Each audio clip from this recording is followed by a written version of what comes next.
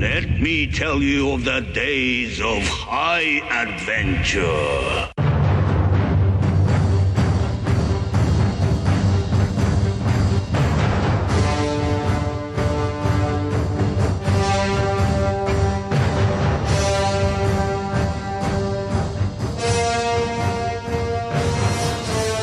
Hello, I'm Kevin. And I'm John. And this is 6 Degrees of Schwarzenegger, the podcast where we take a long, hard look back at some of our favorite action movies from the era of Put the Cookie Down! Arnold. Schwarzenegger is the icon of the genre, and we're taking a deep dive into some of these 80s and 90s cult action movies, and we're breaking them all the way down.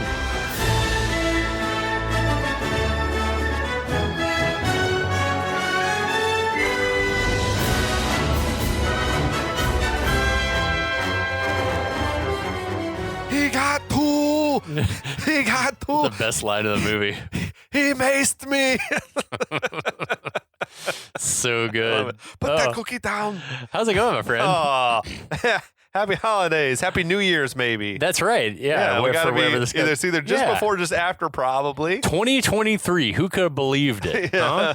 If we didn't forget to pay the subscription bill, we've made it across we're still got the podcast up and running. Hopefully World War III hasn't started by the time you're listening to this. Putin's been behaving. Hopefully he had a good Christmas too. Happy New Year's to DDL, Daniel Day-Lewis. Yeah, so love you, Dame Judi Dench. Judi Dench, the pink Power Ranger. Yeah, is listening.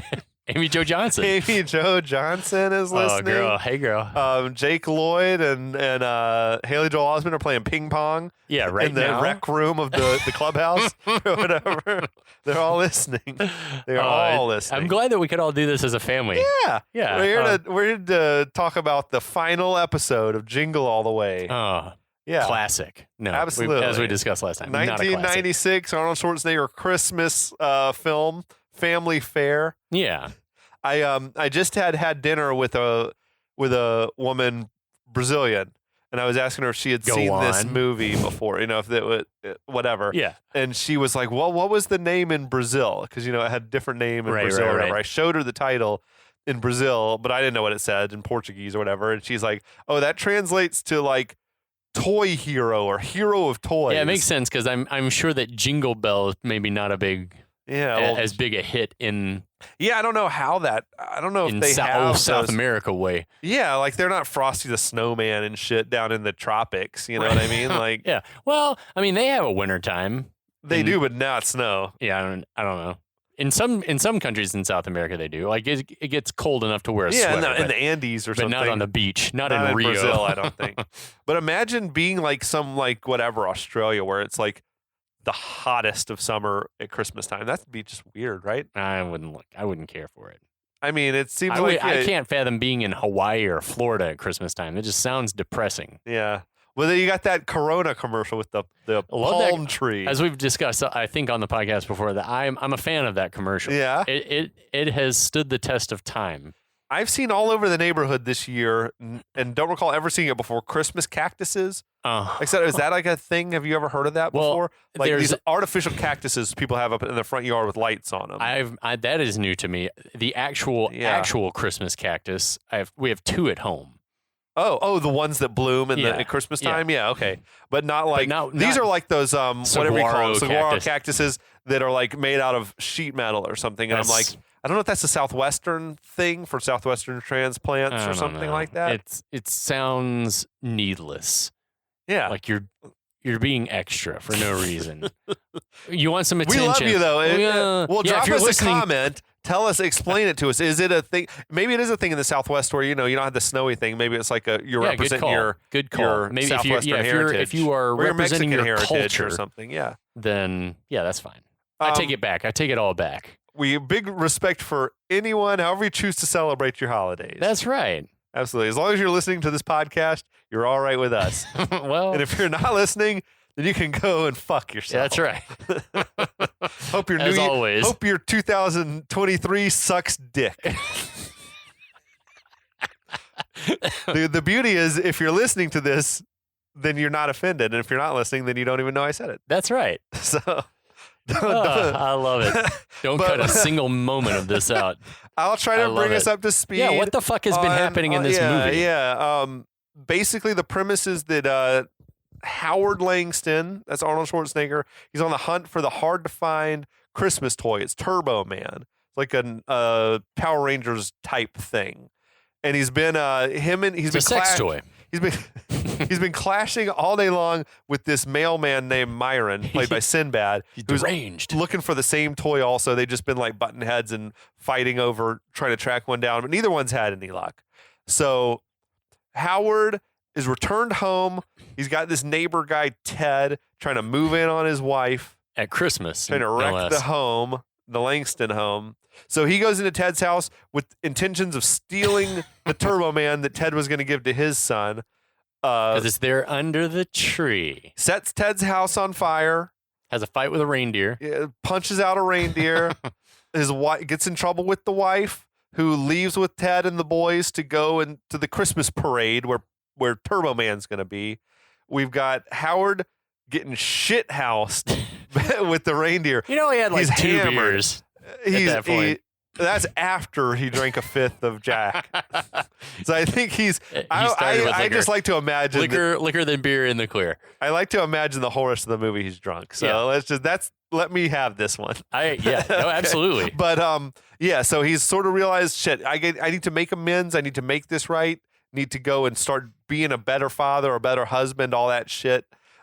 So that's where we're at. Yeah. What else are the holidays for if not getting just shit can blackout drunk and nearly like wrecking your family? Yeah, your marriage. that's what Christmas is about. I think that's in the Bible.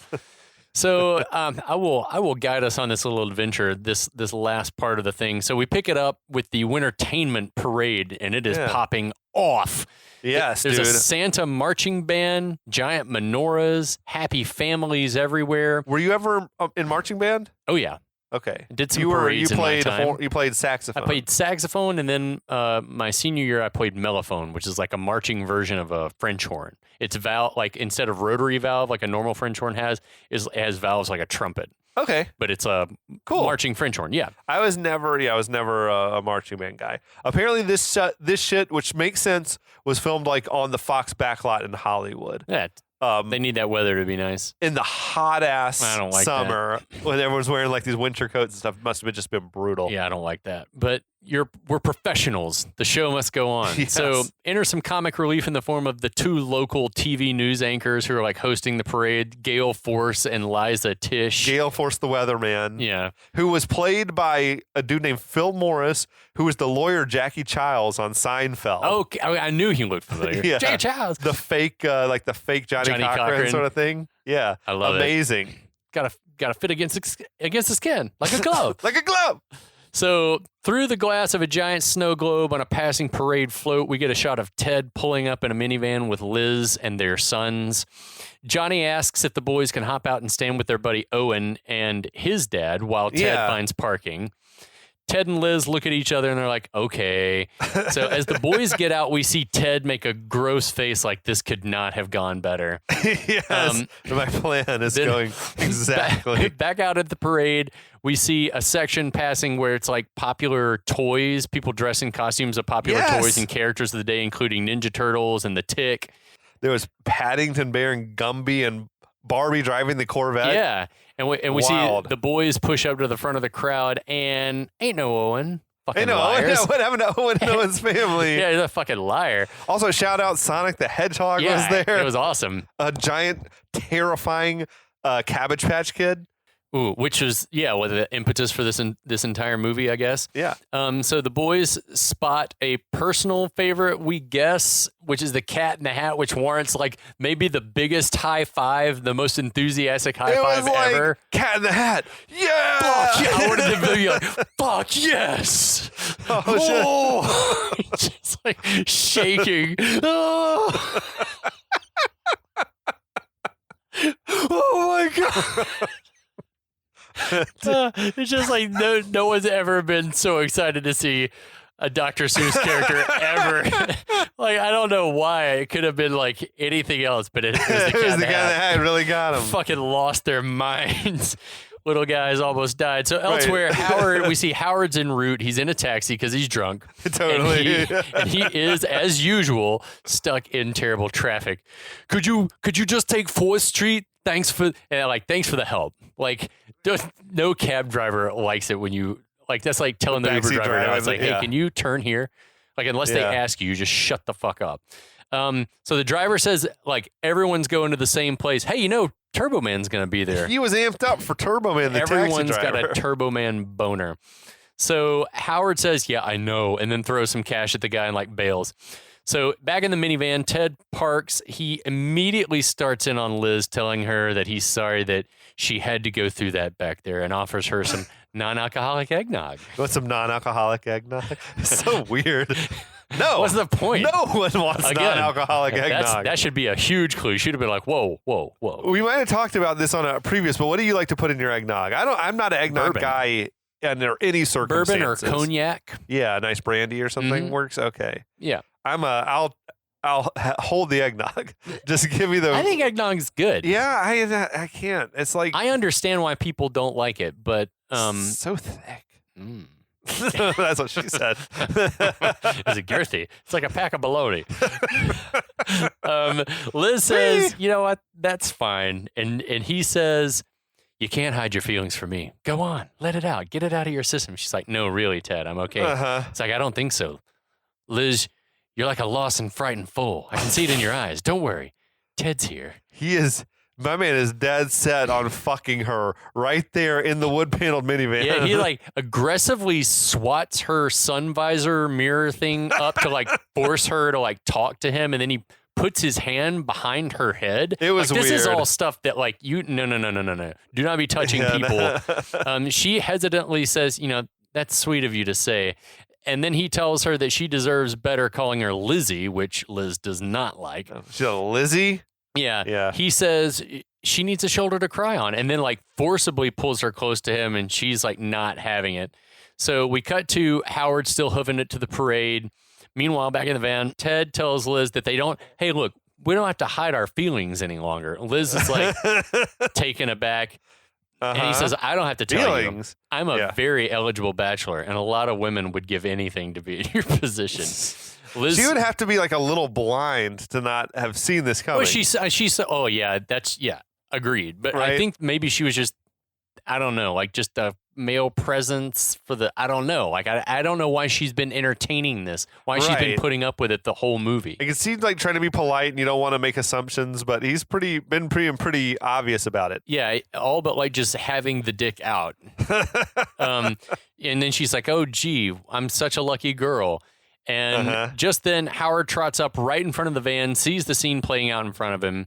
Back in the van, Ted's still going and also creepily like rubbing her shoulder. This shit's all crazy. He's not wrong like about Howard being sort of shitty and all like that. But it's like he should just go fuck his way through the neighborhood. Yeah, exactly. Like, why is he focused on Liz? All these other women who seem to be single and available and into him. Yeah. And he's like, no, I gotta wreck this marriage. I gotta fuck this family up. He says, for me, it all started months ago at your Labor Day barbecue. Remember? And you asked me how to marinate ahi tuna, and I said all you need is Italian salad dressing. That is hysterical. All you need is Italian salad dressing. It's just such a weird. Yes, that was the moment that I had to have her. I knew, and she is rightfully, visibly uncomfortable. We got to zoom in on Howard getting big mad. He goes to confront them, but runs again right into Motorcycle Cop, who is at the time carrying a tray full of like hot piping coffees. Piping hot coffee. Yeah. The hot coffee spills all over the cop's bandaged hands and face. Howard runs off with the cop in pursuit. Back in the minivan, Ted says, enough talk, and goes in for the kiss. No more talk. Liz smashes him in the head with the thermos of eggnog and bolts. Elsewhere on the premises, the Motorcycle Cop's closing in on Howard, but runs smack into a parked bus somehow. How did that shit happen? I don't know, like right into the back. Back of a bus. He's turned into a bumbling idiot. He's apparently fine because we see him moments later still chasing Howard down an alley, but Howard eludes him by running up some stairs and into a back door. The cop looks around, but there's no sign of Howard. Then we get a shot of the cop opening one of the only 2 doors that Howard could have run through.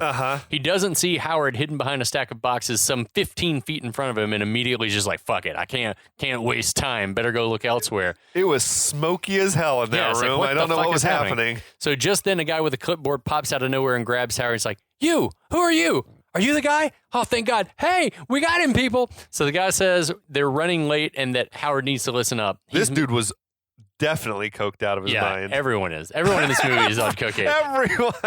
So he is apparently mistaking Howard for someone who knows what the hell is going on right now. He says, by now you must have read all the instructions we sent over, but there are some changes. And he starts rattling through instructions about cutoff valves and nitro fuel and pressure gauges and emergency cutoff switches, all while a team start putting Howard in some sort of costume. Howard's like trying to say you've got the wrong guy, but can't get a word in edgewise.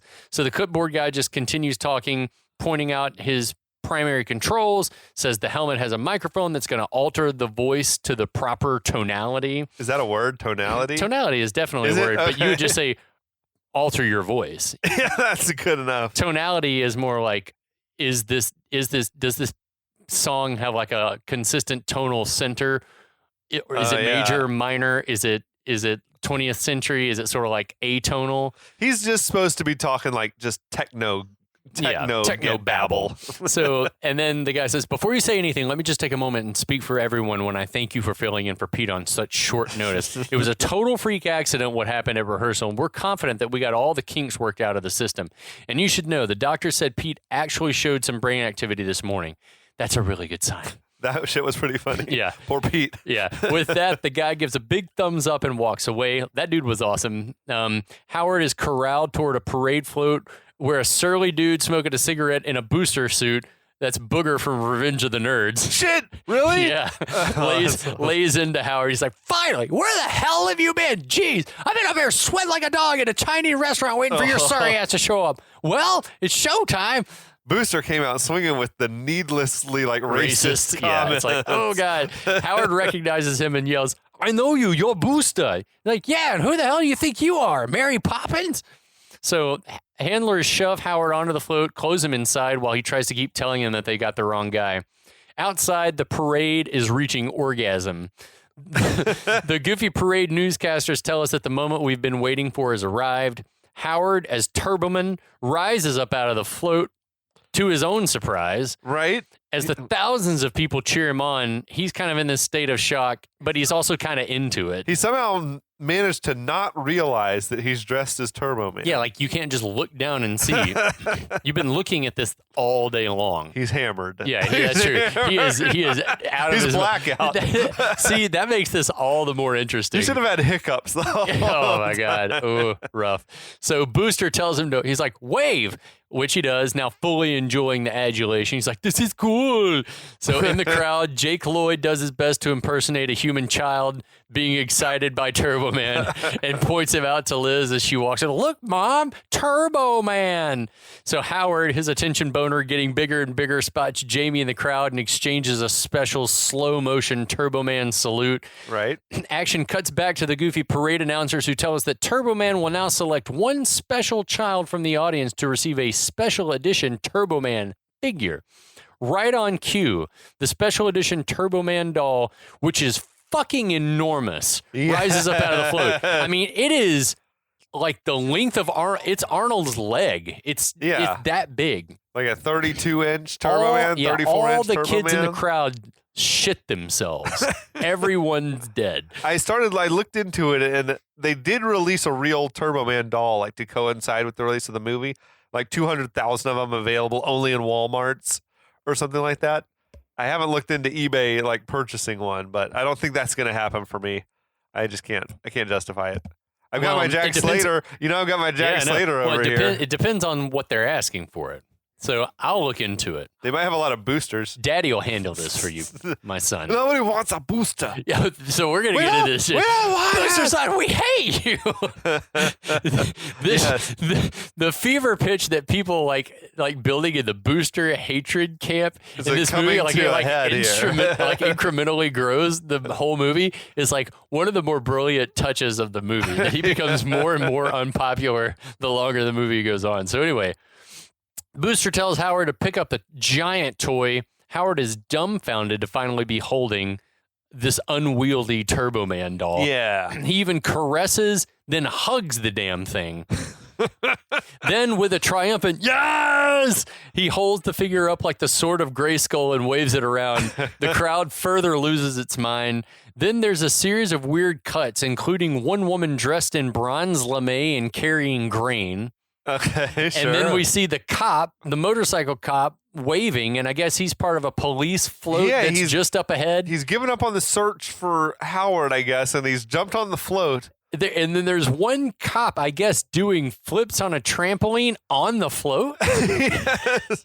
How does that work? I don't know. The shit was crazy. That police float was nuts. That it is like right in front of the Turbo Man marching band. Police worship. It is, absolutely. So then we cut back to a still waving Howard. Booster interrupts the big moment and tells him to get ready because Dementor is going to attack soon.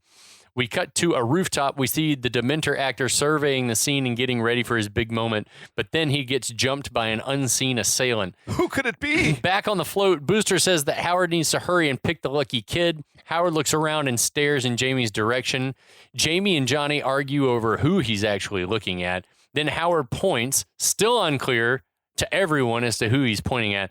But just then, a disembodied hand turns the mic volume up just in time for Howard to call out, Jamie! Good timing on that. Yeah, a voice that's unmistakably Howard Langston. Yes, it's a heavy Austrian accent.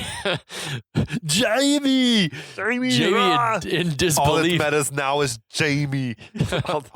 all that matters now is Jamie. Johnny. Jamie in disbelief says, he knows my name. Johnny and Liz also cannot believe it. Was there even a reason to show the hand on the switchboard, like turning up the volume? Did it even matter? I guess just so that it's all of a sudden like, oh, the sound's up. I don't mind turning it up, but it's like it would have made more sense if they shown like the producer guy being like, get the volume on, turn his mic on. Yeah, it was just odd edit. Yeah, so meanwhile, up on the roof, we see that someone's been bound and gagged with a tinsel boa, and someone else is putting on the Dementor costume. Back outside, the parade announcers say that Turbo... Wait, would this is Myron. Yeah. Well, we say it's Myron. We don't see why would he go through the trouble of putting the Dementor suit on? I think he's just crazy. He's gone full-blown crazy at this time? he's just insane. So what even prompted him to go and attack Dementor? I think he wanted the costume.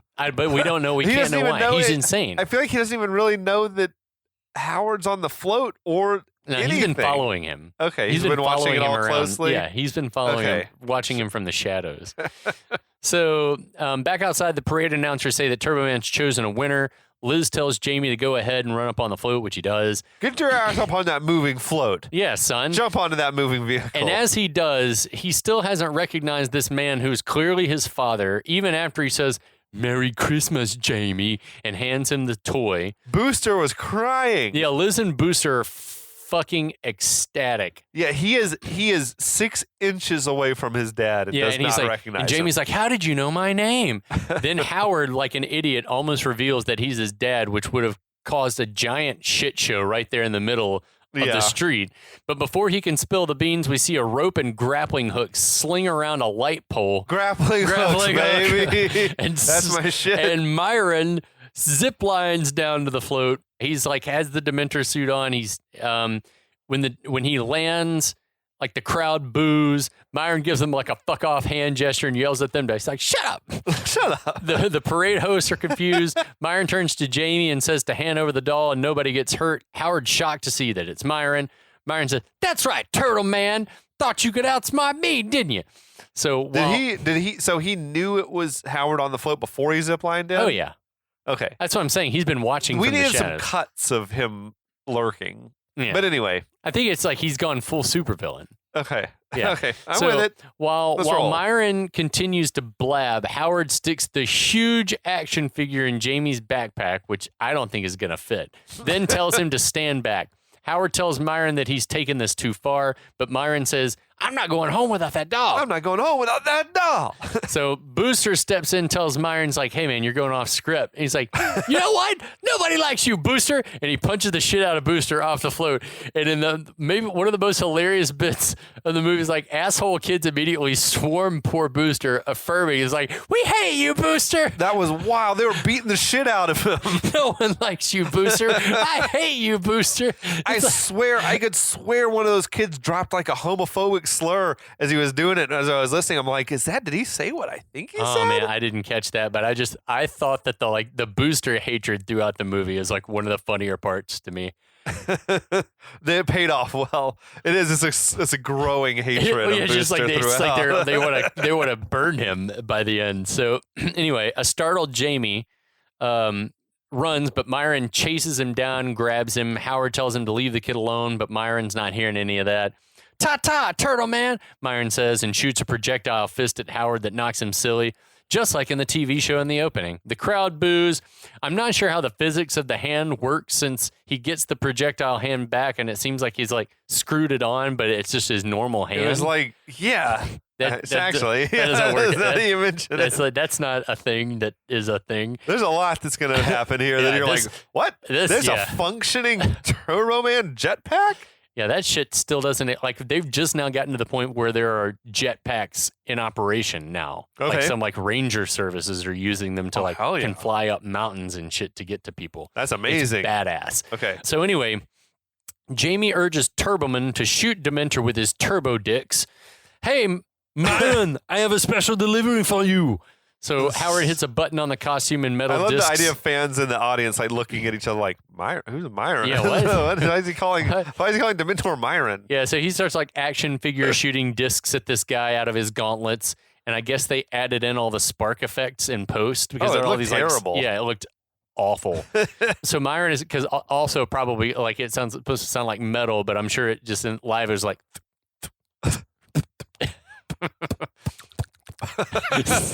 Can he move like me? Okay, can he move like this? Kurt Sloan, what the she wants to make it with the champ. She doesn't want my money. She wants to make it with the champ. Oh Kickboxer. Yeah, shout out to Kickboxer if you can he move like mayonnaise? Can he move like two people lathered up in mayonnaise fucking? That sound effect needs to be in every movie. Go watch Kickboxer. Yeah. Listen to our Kickboxer series in the back catalog. I don't know if it's on the Last of the Action Heroes podcast network, but if not, find it on our main feed. You've done yourselves a great disservice by not listening to that already. Kickboxer, one of all time. That's my favorite. He was kicking the thing like this, and the poster was falling down. So Myron gets knocked down by the turbo discs. Dude, there was this cutaway of Liz where she was like visibly moistening. Yeah, she's getting like, wetter and wetter. Sploosh. Jamie runs back up to his dad, who he doesn't know is his dad. Howard says he's going to take Jamie back to his mother, but just then Dementor's demon team, who are all dressed like Power Rangers, yeah, totally, pop out of the float and subdue Turbo Man. Jamie tries to make a run for it again, but Myron steps in his way. Jamie kicks him in the dick and crawls under him. The crowd is loving it. Dude, Jamie had those karate skills too. Like he probably fucking just like wrecked those testicles. Going for his orange belt or green belt? I can't remember. The purple belt. Purple, yeah, the purple belt. Purple. He needed that purple belt. That's right, because his dad. This is so cool. This is very cool. So, meanwhile, the demon team actors seem mad that Turbo Man doesn't remember the fight choreography. Yeah, so they just like are beating the shit out of him out of spite. So Jamie jumps off the float. Myron pursues, knocking. He's like pushing people down. Yeah, like knocking people over. I absolutely love when he knocks the dude in the present costume. He's like, get out of my way, box. Yes, dude. Sinbad was saving this. I like audibly guffawed watching it. He's like, out of my way, box. That shit was funny as hell. So back on the float, Howard starts thrashing the demon team. Yeah, dude. I imagine he's like legit breaking bones, like snapping arms. So then we see Myron chasing Jamie through the crowd, up some bleachers, then up a fire escape. Why? What was Jamie's instinct? Is not to run back to mom. Yeah, run to your parent. But to climb the nearest ladder. Yeah, just run to an adult. Yeah. And say, he's trying to hurt me. There's a float full of policemen right in front of you. A few feet away. So Liz tries to help Jamie, but a different policeman stops her, saying, "Don't worry, man. It's all part of the show." Liz says the little boy's her kid, and then he's not part of the show. And then the cop's like, "Oh, wow," and it shoves the cop aside. Oh, well, that's a horse of a different color. Why didn't you say so before? Why did you say so before? So Howard, in another feat of strength, finishes off the demon team. But at that moment, he sees that Myron's chased Jamie on top of a fucking building. It seems that Jamie has run out of real estate. Myron tells him to fork over the toy, but Jamie says fuck that and climbs even higher up on some scaffolding that's propping up a giant, decorative steel Christmas tree. Down on the ground, the parade host urged Turbo Man to fly to the child's rescue. Use your jetpack. Yeah, on cue, little joysticks pop out as if independent of Howard. No, he didn't do anything. Yeah, it's like they're fuck. But it's the same joysticks that were used earlier to shoot some other thing. Yeah. I'm like, this is the mechanics of the suit. It's got a mind of its own.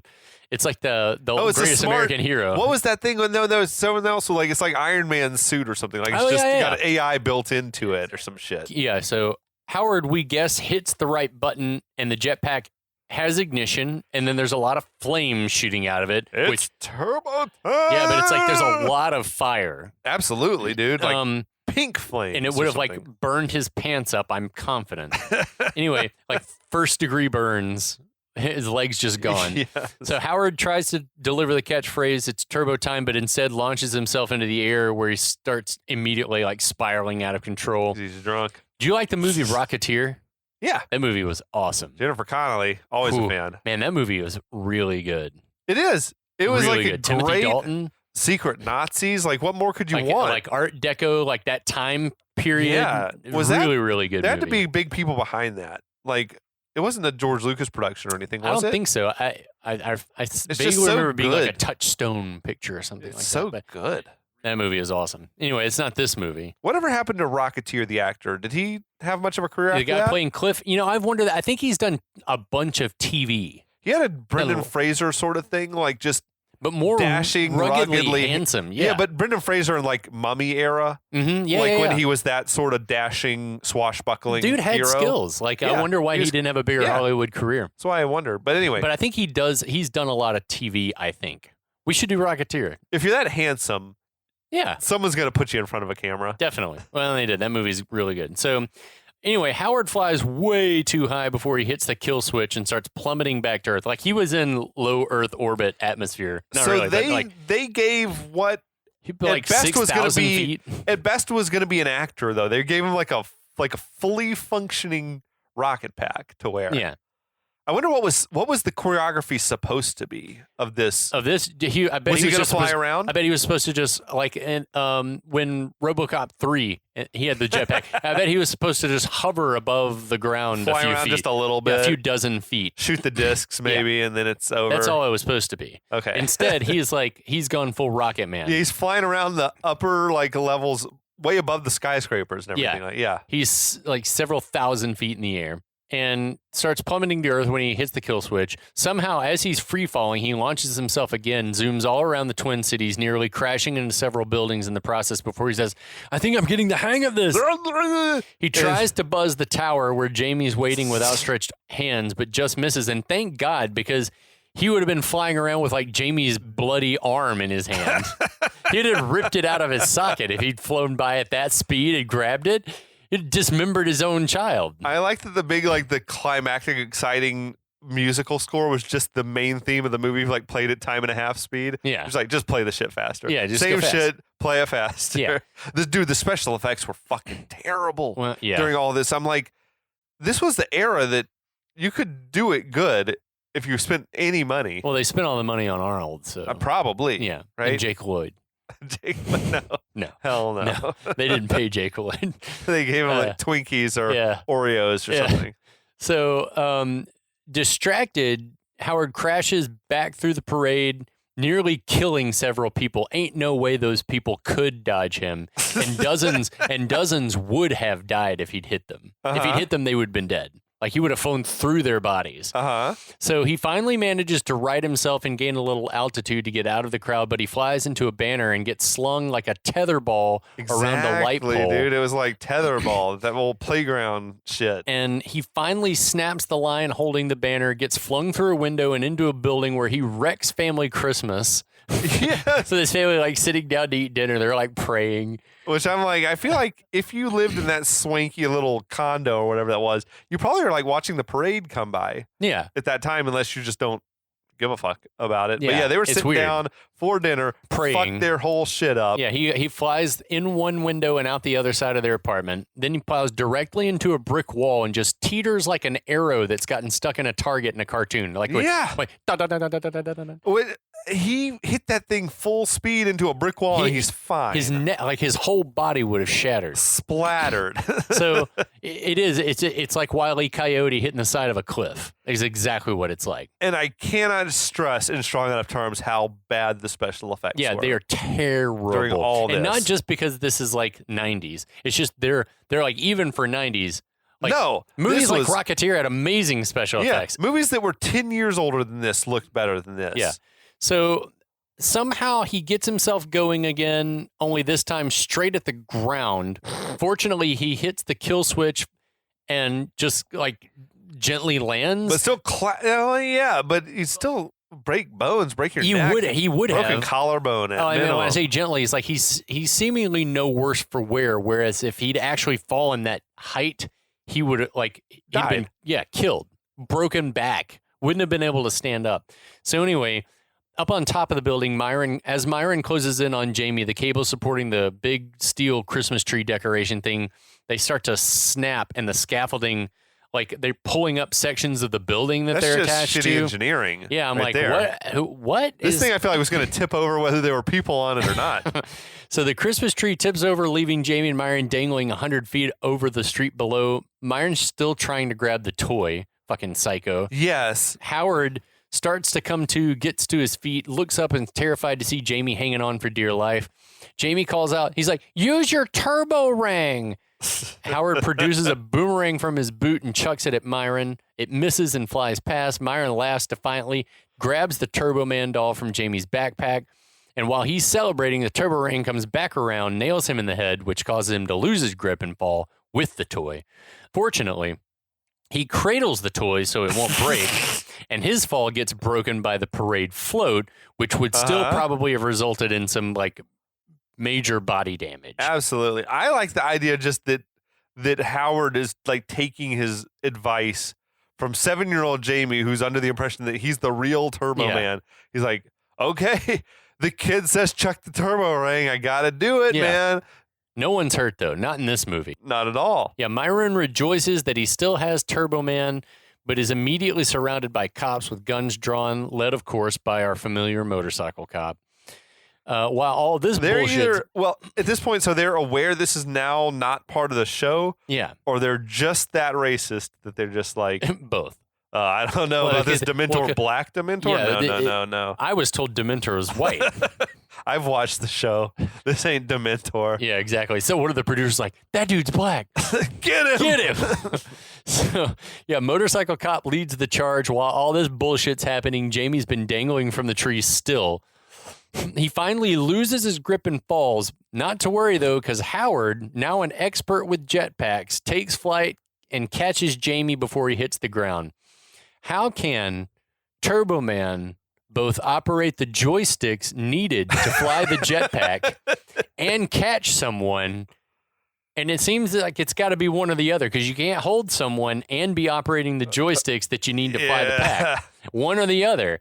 You can't push the gas pedal if you got something in your hands in this situation, I'm right? with you. No, absolutely. The physics of it are all fucked up. This is some bullshit unless there's like a switch on the leaf blower where you land safely. If I take my hands off the thing, then it just reverts to land safely mode. Oh my God. So anyway, the crowd on the ground goes wild and Jamie says, "Thanks, Turbo Man. I knew you'd save me. You can always count on me." Still doesn't know it's his dad. Yeah. You're like, you know what his face looks like. You've looked at your dad's face before, right? He right? sounds 99% the same. Even with the voice modified to the proper tonality. Like you could tell that's not like that's Arnold Schwarzenegger. Anyway. It's not your dad. Yeah. Howard returns Jamie safely to Liz, who also doesn't seem to notice her husband standing in front of her. Yeah. Jamie, it's like a whole Clark Kent Superman thing going on. Jamie thinks the whole ordeal was the coolest thing ever, but laments that his dad wasn't here to see it. He's like, but he didn't come, and it's all my fault. He's mad at me. We had a fight on the phone, and I kind of yelled at him. It's like, oh my God. This poor kid is also like in some sort of victim state where he's blaming himself for his dad's bullshit. No, son, your dad's a total fucking skis. His dad's so neglectful that he's like, it's my fault. No, your dad's a sack of shit. Howard assures Jamie that his dad isn't mad and that he loves him more than anything in the world. This comment gets Liz's attention. Howard then whips out the Turbo Man helmet to reveal his true identity. Jamie is amazed. Liz is instantly horny. You two mean more to me than anything. I'm so sorry I haven't shown that lately. I know I've been neglecting both of you, but no more. I love you. I love you both. Oh. And just like that, all is forgiven. Yeah. Oh, Christmas. It's a Christmas miracle. If you can't forgive it this time of year, when can you? So just then an eggnog-soaked Ted comes wandering up. Johnny tells him that Jamie's dad's Turbo Man. Ted seems to get nervous and drags Johnny away. Johnny asks what happened and tells him he smells like barf. That's weird. Does eggnog smell like it doesn't smell like barf. But if it gets like hot and maybe. I don't know. But it hasn't even been that long. I don't know. It's definitely like refrigerator temperatures outside. Yeah, like ostensibly, maybe only 10 minutes have passed this entire time. Yeah, absolutely. Yeah. Yes. Max. So back with the Langstons, the motorcycle cop approaches Jamie, presents him with the deluxe Turbo Man doll that Myron took from him. This is yours or some type shit. The cop tells Howard, whose back is turned, that they sure could use someone like him on the force.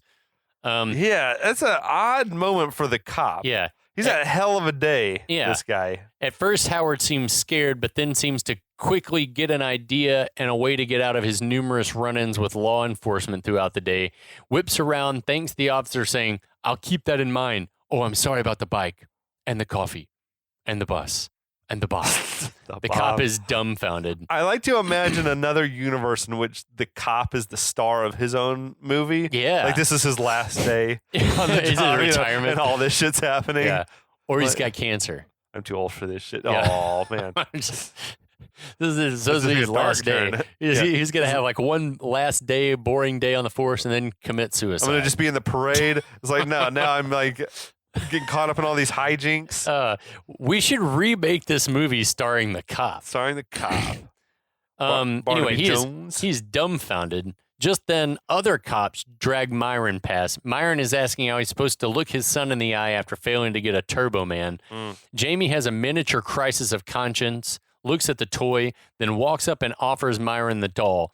Myron's amazed. Howard's like, but do you have any fucking idea what I went through to get that? Yeah, right. And Myron thanks Jamie and says, this is going to make my son really happy. Then he apologizes for nearly killing Jamie on the roof. I hope it fills the void of not having a dad for the next however many years this dude's going to be in jail. At least he's going to have he'll have the toy and he'll end up a billionaire, so it'll be fine. I don't think, Myron, oh my God, he's going to jail for a long time, This is not... He's going to die in prison. Yeah, probably. Myron. Or get killed. He's got like 10 counts of attempted murder of a police officer over the bomb shit. In addition attempted kidnapping, attempted assault. In addition to whatever else went on at the parade. Like this is, he's going to die in jail. Attempted kidnapping. Anyway, Jamie replies with it's cool. It's cool. All is forgiven. Yeah. It's Christmas. Howard says he thought Jamie wanted a Turbo Man more than anything. And Jamie says, I don't need the doll. I got the real Turbo Man at home. Corny. That's what she said. Oh. Liz is letting bystanders know that Turbo Man is her man. Mm-hmm. Then the crowd of adoring fans hoist Howard on their shoulders and carry him away. That's my dad, says Jamie. What is this? Is this like Rudy or something? This is so fucking weird. Why wouldn't Howard have been like, no, I need to stay here with my family? They're carrying him away. And he's like, he salutes Jamie as he's being carried off. Then he waves to the crowd. It's like, fuck a family. This rules. Yes. Even Myron's gritting like an idiot before going to jail for life and having the Turbo Man doll entered as evidence, probably. Or stolen by a high-ranking Minneapolis police officer. Shit. So Absolutely. we fade to black on Arnold's goofy mug and the credits roll. But in a post-credit scene, long before post-credit scenes were flashy, right? We find ourselves back at home with the Langstons, where Howard is finally putting his star on his Christmas tree. Liz hugs and kisses him and says everything he went through that day really shows how much he loves Jamie. Then she says that if you're willing to go through all that trouble for just a present, then I can't wait to see what you got me. Zoom in on Howard's terrified face. The sequel, Langston versus Langston, writes itself. I wish that he just said, "You get this dick." Movie end. Right. The end. Your present was in the cut to hardcore sex. your diamond necklace. That's what he said was in 240-somethings just railing each other. Reverse cowgirl, all of it. They got the Burn Wiseman nativity thing. I saw a thing on Twitter recently about said something about 69ing, and he's like, "Who's in this much of a hurry that you we got to multitask this? Let's go." Who's in that? We gotta pleasure each other simultaneously. What? It's gotta happen. We don't have time to switch. We have up. a reservation. Game of Thrones starts in 10 minutes. Damn it. Oh man, that's that movie. Absolutely, dude. As I've said, I think it's a brilliant premise for a movie. Yeah, absolutely. It's a lot of fun. I was surprised it hadn't been made before, but then I saw it turned out Fox got sued by somebody saying they actually had written this script before. Yeah. And this person said they'd written a script about two moms that were battling over an action figure, which would have actually been badass if it was two women. That would have been very cool. In the lead, whatever. But had submitted the script to Fox 2 years earlier. Mm-hmm. And I think Fox ultimately lost that lawsuit and was ordered to pay the person a $1.5 million over it all. Yeah, he had sued them for more, but then there was they ordered it more, but then the course there was a countersuit or something where Fox was like, no, that's way too much. Well, no, they said we had already paid for a different premise, other than this guy's, and the case got completely thrown out. Oh, I don't know. They had to pay them some money in the end. This person, whoever wrote the original plan, whatever. But he's some school teacher, some guy. Yeah. Anyway, it is a great premise for a film. A total article of its time. Why did this movie cost $75 million to make? I think 20 went to Arnold. That's so fucking much money, man. But even then, it's the special effects were shitty, as we mentioned. And the movie's so damn short. I don't see how it costs that much. I can't for the life of me fathom why it costs so much. Yeah, even with $20 million to Arnold, that still seems like a lot. Because they're it's special effects were terrible. It's people running and jumping. They didn't build any massive set. Was it for the Power Rangers knockoff parts of the movie, that part, or maybe it was the parade? Maybe there were a shit ton of extras in this movie. Yeah, I guess that was a big set piece. The ending, the very end. I don't know. And all the scenes at toy stores were kind of maybe they had to productions. Maybe they had to pay Mall of America $30 million. $50 million and $20 million to Arnold, and the other $5 is what we got. Yeah. I don't know. But I can't help but think, though, to me, just how much better the movie could have been if maybe you had a real funny man in the lead instead of Arnold, because this just isn't really his It's not an action movie, no. It should have, Vince Vaughn would kill in the remake of this movie. I was looking at who was big stars at the time, and fucking Robin Williams would have killed. This would have been great. Or I mentioned earlier, Tim Allen would have killed. Even Steve Martin, somebody like that would have been great in a movie like this. Your guy who's gonna play, or Dan Aykroyd, Bill Murray would have been great in something like this. Any number of people I think could have made this a more funny movie than what we wound up with. Was a comedy that had some great laughs. Thanks, Sinbad. A lot of not great, and then they tried to shoehorn a lot of action in. I think because it was Arnold. You got to have a big duke out at the Santa factory, right? And then a big workshop. final act that's a lot of special effects and action. And the special effects were shitty. Yeah, man. So yeah, we've talked about how this was based allegedly on the Cabbage Patch Kid doll craze of the 80s, but also resembles Tickle Me Elmo of 1996. But also Power Rangers, Ninja Turtles. I can remember those being those unfindable toys of the moment in their respective years. Yeah. Movie made its money and then some. Yeah, it was like 130. 100. That's what I read. Yeah, it was like the 25th highest grossing movie of the year, which is like whatever. Respectable. I guess. We talked about some other 96 movies. That was a strong year for blockbusters. I mean, just the first weekend, this movie opened number 4 behind Star Trek: First Contact, Space Jam, and Ransom. Ooh. Being up against Space Jam was probably bad news for this movie. Yeah, that was like, why? Move it back a week or something. This was a strong year, too. Like, number 1 movie of the year was Independence Day. Like, huge, right? And Twister and The First Mission Impossible and The Rock were at, like, the top 4 movies of the year or something like that. But Eraser was also out that year. Other action flicks were Broken Arrow and Executive Decision. You've just been erased. Movie premiered, though, November 96 at the Mall of America was the big premiere. It makes sense. Yeah. There was a straight-to-video sequel made starring Larry the Cable Guy. Oh, my God. Had to be just the fuck? Absolute dog shit. I wonder if it was just the same plot over again. I don't know how it's a sequel if it's different actors. Jingle All The Way 2. Yeah, I don't know. Well, like Home Alone 3 or whatever it was a completely different family. Oh, yeah. It was like his cousin or something. Did they do yet another? Has there been another Home Alone made? Perhaps. They need to do a Home Alone where Kevin's grown up and he leaves his family on purpose. To go visit his secret family. Make it darker. Home Alone. Absolutely, man. Because he's a drug addict. Yeah.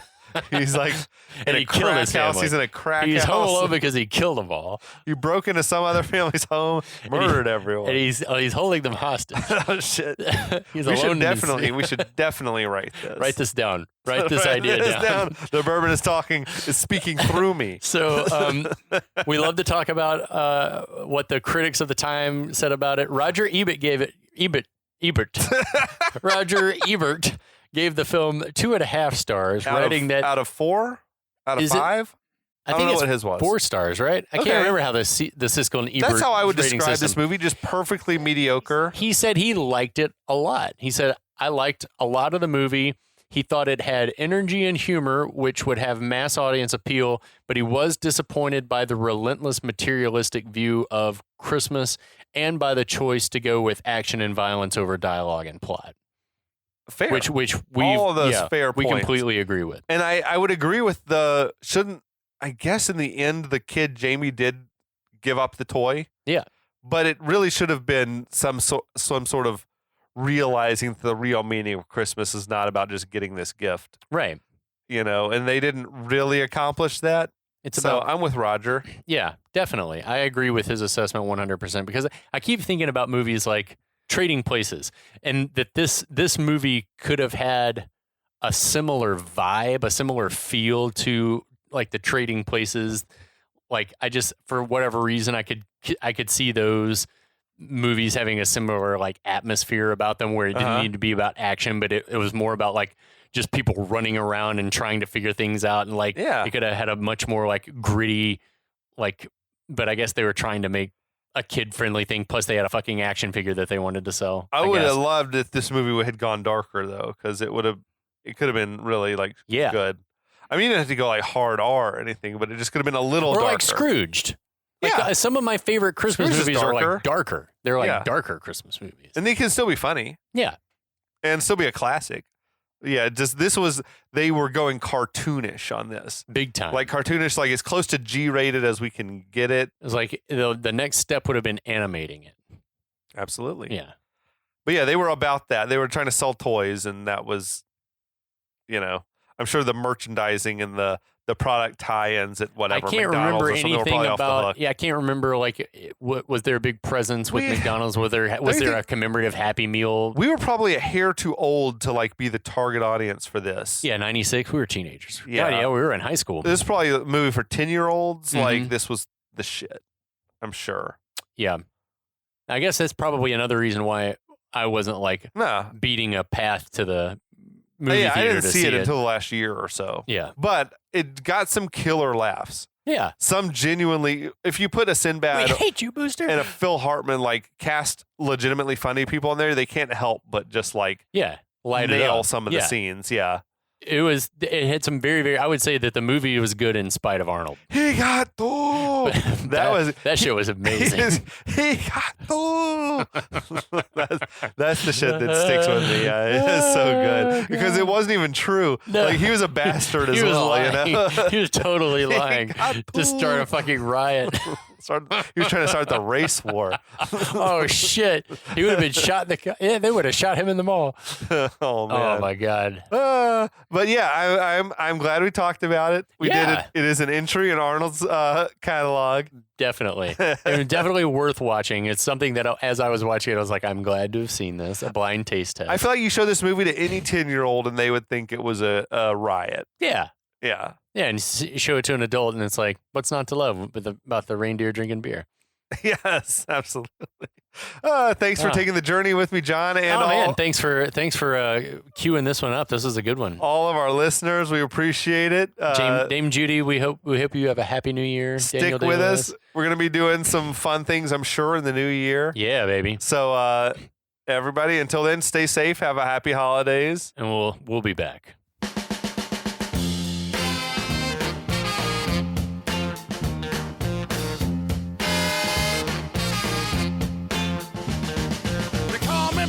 Santa, I make my runs about the break of day. They call me back door Santa, I make my runs about the break of day.